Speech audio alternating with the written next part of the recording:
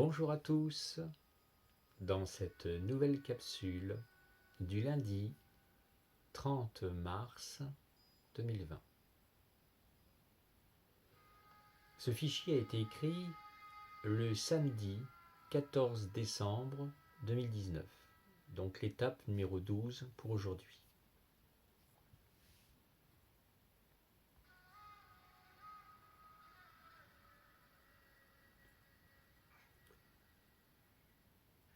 La profondeur de l'action du corps physique sur la matière que constituent les chromosomes demande une introspection avec un chemin similaire au processus classique, sauf avec un temps prolongé pour que le corps soit préparé.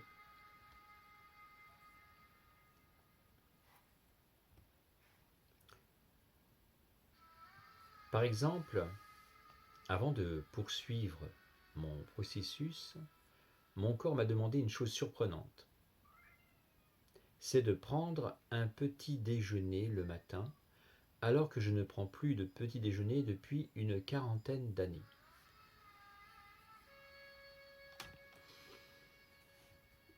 J'ai donc réussi à dire adieu au petit déjeuner, mais avec difficulté. Cela veut dire que le corps émotionnel est d'accord pour faire le processus, mais comme il sait qu'après ce sera fini, il souhaite une dernière fois assimiler le plaisir et le goût comme une empreinte indélébile pour un échange d'un plaisir différent, le plaisir de l'essence de vie. Se nourrir du prana, c'est bien absorber le prana comme énergie pour allonger les télomères. Je prends un exemple. Vous pouvez manger des fraises nature, lavées à l'eau claire. Vous pouvez manger un gâteau aux fraises. Vous pouvez manger une confiture aux fraises, une glace à la fraise, une compote de fraises, des fraises à la crème fraîche, etc.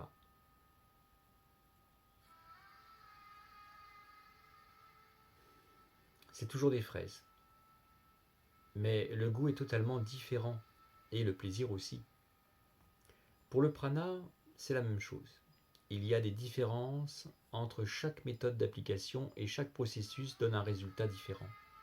En Inde, les sadhus peuvent atteindre des niveaux que les occidentaux sont loin de comprendre dans la finesse de leurs actes. Pour ma part, je suis enseigné par des êtres de lumière qui ne sont pas humains. Le chemin que mes guides me font prendre est constitué de plusieurs étapes. La première de ces étapes est de devenir pranique de niveau 4 pour commencer, mais pas de la façon classique que nous avons l'habitude de voir depuis une trentaine d'années. Je ne cherche pas à devenir pranique pour me nourrir d'une façon différente par rapport à la nourriture solide. Mon objectif final est de parvenir au niveau 6 de l'accomplissement du pranique afin de développer un nouveau siddhi. En sanskrit, le mot siddhi signifie accomplissement et perfection. Je recherche plutôt l'accomplissement.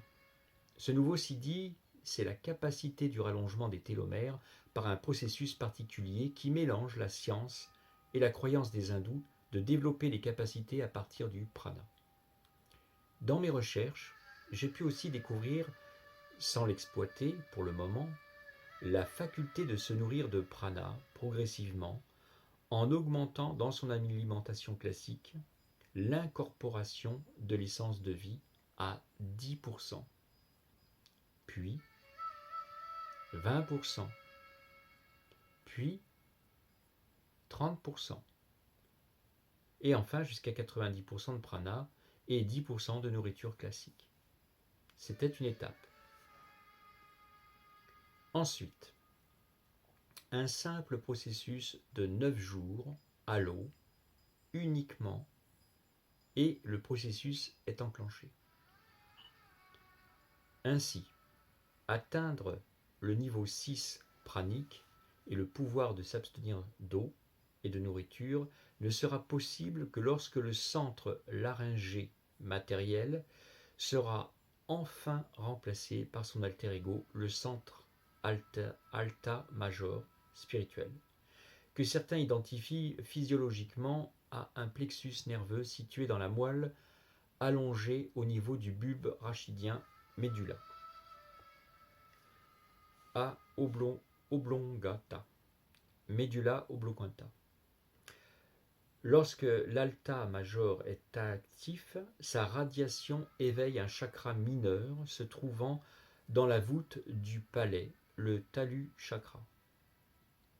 Certains exercices agissant sur Vishuddha chakra, le cinquième centre d'énergie subtile face à la gorge, contrôlent l'élément Akash ou éther qui pénètre les espaces interatomiques des cellules physiques. La concentration sur ce chakra permet de vivre de l'énergie éthérique. Selon le neurologiste Sudhir Shah, le yogi Prahlad-Jani montre des signes de formation d'urine réabsorbée dans la paroi de la vessie. Eux, ils appellent ça de l'urine, moi j'appelle ça de l'eau précieuse, parce qu'elle est très précieuse, très rare. Et eux, ils appellent ça de l'urine. Ok. C'est pour cela que je préconise Amaroli avec la formule pour que le corps physique comprenne le sens de la démarche. Sachant que notre intestin est notre deuxième cerveau, étant connecté à la vessie, il comprend immédiatement notre volonté de réactiver sa fonction première et originelle qui existe depuis des millénaires, qui est de se nourrir de lumière.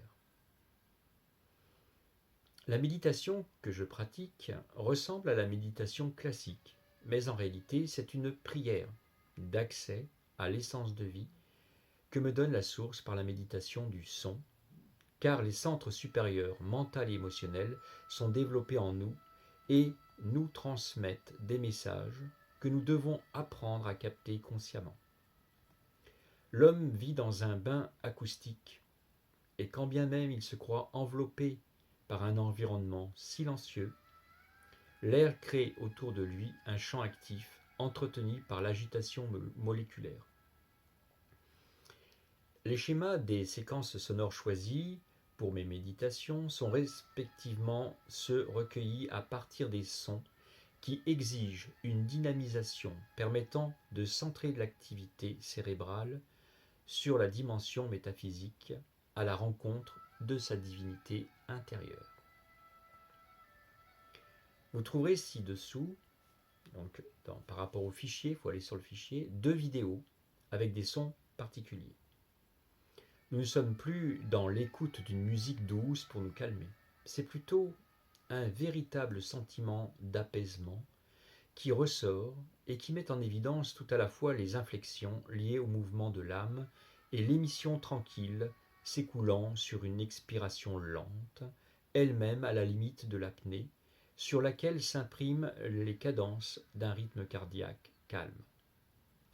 Le corps humain étant composé d'eau à 70%, le son, en symbiose avec la méditation, prépare le corps pranique d'une certaine façon au niveau du subconscient. Mes recherches scientifiques, appuyées par des prix Nobel, confirment à l'évidence que l'ensemble de mon programme de régénération de cellules souches peut réactiver les fonctions premières de l'ensemble de notre organisme cellulaire.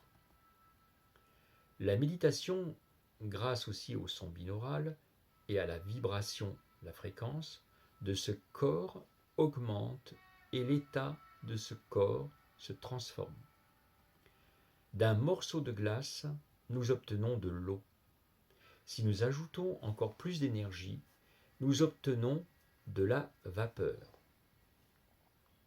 Et même si nous ne voyons plus rien avec nos yeux, tout est encore là.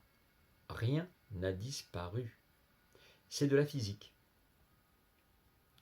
Et ce qui est valable pour la glace et l'eau l'est aussi pour un être humain. Nous modifions la vibration de notre corps avec nos pensées.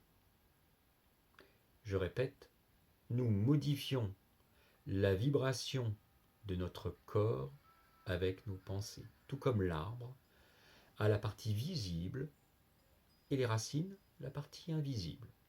Il y a toujours une partie. Quand vous regardez la mer et l'horizon, vous voyez le ciel, la partie visible, et vous ne voyez pas la mer, la partie invisible qui est en dessous. Tout ce qui se passe en dessous.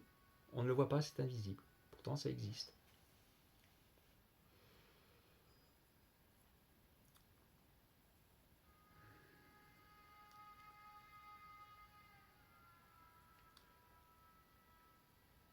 Vous pouvez très facilement l'exercer. Pensez amour. Pensez haine. L'effet de ces pensées sur le corps est complètement différent, car les vibrations sont différentes. Par exemple, nous pouvons considérer l'être humain comme un instrument de musique. Les sons et la musique sont des vibrations. Si un instrument de musique est désaccordé, il produit des sons disharmonieux. Cela se traduit par l'agression, le conflit et le malheur. La question consiste à réaccorder l'instrument humain à l'aide de nos pensées. Mais personne ne peut le faire pour nous. Chaque individu est responsable de lui-même et de ses pensées, et donc des vibrations harmonieuses ou disharmonieuses qu'il émet. La géométrie musicale sacrée de la création et les états de supraconscience où tout est un par l'induction d'une fréquence de 8 Hz et des rythmes de 72, 108 et 144 battements par minute avec une fréquence porteuse de 432 Hz, 8 fois 54. La méditation que je pratique accorde le son à 432 Hz au plasma sanguin qui réharmonise le subconscient aux ondes de la Terre, et la formule qui est inscrite au plus profond de la cellule souche réactive certaines fonctions du corps endormi depuis notre naissance. Le choc peut être puissant, car la conscience et le corps se réveillent comme un enfant sourd qui entend pour la première fois. Tout comme un enfant aveugle qui voit pour la première fois. Le cerveau est capable de percevoir ces informations subtiles et de les transmettre au conscient afin de les rendre utilisables, ce qui permet l'unification de tous les champs de connaissances, d'activités spirituelles, culturelles, technologiques, artistiques, par l'utilisation des harmoniques et du langage de l'ADN. À partir de ces concepts, tout un champ d'investigation nous est ouvert. Nous rejoignons ainsi les travaux de Tsiang Kan-zen, Tamia Rechentinokova et de Kervran Benveniste, qui démontrent la possibilité de transfert directif de l'information génétique, biologique et psychique par le rayonnement bioélectromagnétique qui crée les conditions susceptibles de déclencher dans le système immune des processus de défense, de réparation ou de compensation pour obtenir des transmutations entraînant la guérison et le rajeunissement de l'ensemble de l'organisme. Le son est un autre moyen pour transmettre de l'information parce qu'il fait partie de la lumière. Il peut vous sembler que le son et la lumière soient deux choses séparées parce que de votre point de vue, vous percevez la lumière avec vos yeux et le son avec vos oreilles. Comment vous utilisez deux zones de perception séparées dans votre corps? Il vous apparaît donc que la lumière et le son sont également séparés. En réalité, ils sont reliés à maints égards. Ils s'entrelacent l'un autour de l'autre du fait que tous deux sont porteurs d'informations. Ainsi, la méditation que je propose est importante dans le processus du programme de régénération cellulaire. Le son que je vous propose va avoir une action sur les particules adamantines qui se manifestent directement au chakra du cœur et au thymus, bien que ces particules influencent tous les chakras et toutes les cellules. Le thymus ainsi stimulé assure la protection de votre corps et favorise aussi votre croissance globale. Alors, le processus de transmutation du thymus vous révèle que vous n'avez pas terminé votre développement tant sur le plan physique qu'énergétique. Cette mutation provoque aussi une accélération du processus naturel de régénération des cellules et par conséquent des tissus, des organes et des membres. Lorsque le thymus et les cellules seront suffisamment avancés dans leur transmutation, ils seront redevenus des instruments très efficaces de l'intelligence cellulaire. Des organes affaiblis ou détériorés ou encore non fonctionnels pourront se régénérer, soit se reconstituer et reprendre vie comme à l'origine. Des membres ou des organes endommagés ou éliminés pourront se reconstruire d'eux-mêmes. Vos capacités renouvelées de régénération cellulaire résultant de l'apparition de ce nouvel ADN, permettant la reconstruction naturelle de votre corps et un ralentissement du vieillissement. Le chakra du cœur et le thymus sont aussi les grands régulateurs du système immunitaire. Ils le renforcent et assurent le maintien de sa puissance dans son rôle de défense de l'organisme. Les particules adamantines équilibrent la moelle osseuse rouge et facilitent la transformation des cellules souches en globules blancs, en globules rouges et en plaquettes. Leur action est donc déterminante en ce qui a trait à l'équilibre du sang. Ajoutons que non seulement elles permettent de renforcer le système immunitaire physique dans sa lutte contre les microbes et les virus, les toxines, mais qu'elles génèrent aussi un système immunitaire psychique. En effet, il est essentiel que vous libériez vos peurs, vos croyances, de vos dépendances et de vos comportements caractériels qui sont de véritables toxines psychiques. Les particules adamantines élèvent sans cesse votre vibration au niveau de celle du cœur afin que vous ne soyez pas envahi par ces agresseurs psychiques. Lorsque vous vibrez à la fréquence de l'amour, ces toxines psychiques perdent en effet leur emprise sur vous. Les virus et les coronavirus n'ont plus aucune action. Cette méditation par l'écoute du son de ces 2 vidéos ci-dessous, donc sous le fichier, va vous permettre une régénération cellulaire intense, à renouveler autant de fois que possible. Donc vous avez 2 vidéos. Une première qui est une préparation de votre corps, de votre mental, de votre émotionnel, de votre psychique, de tout ça. Et la deuxième, pour aller au cœur du sujet. Après l'écoute de la première vidéo, votre corps mental, spirituel, émotionnel et physique est prêt pour cette deuxième vidéo avec un son qui ne peut être efficace que si vous avez un calme intérieur en étant allongé dans le noir total, dans le silence total pour bien écouter. Voilà. Cette capsule vidéo étant finie, je vous donne rendez-vous pour l'étape numéro 13. Vous voyez, on approche finalement. Étape numéro 13 qui sera la prochaine capsule.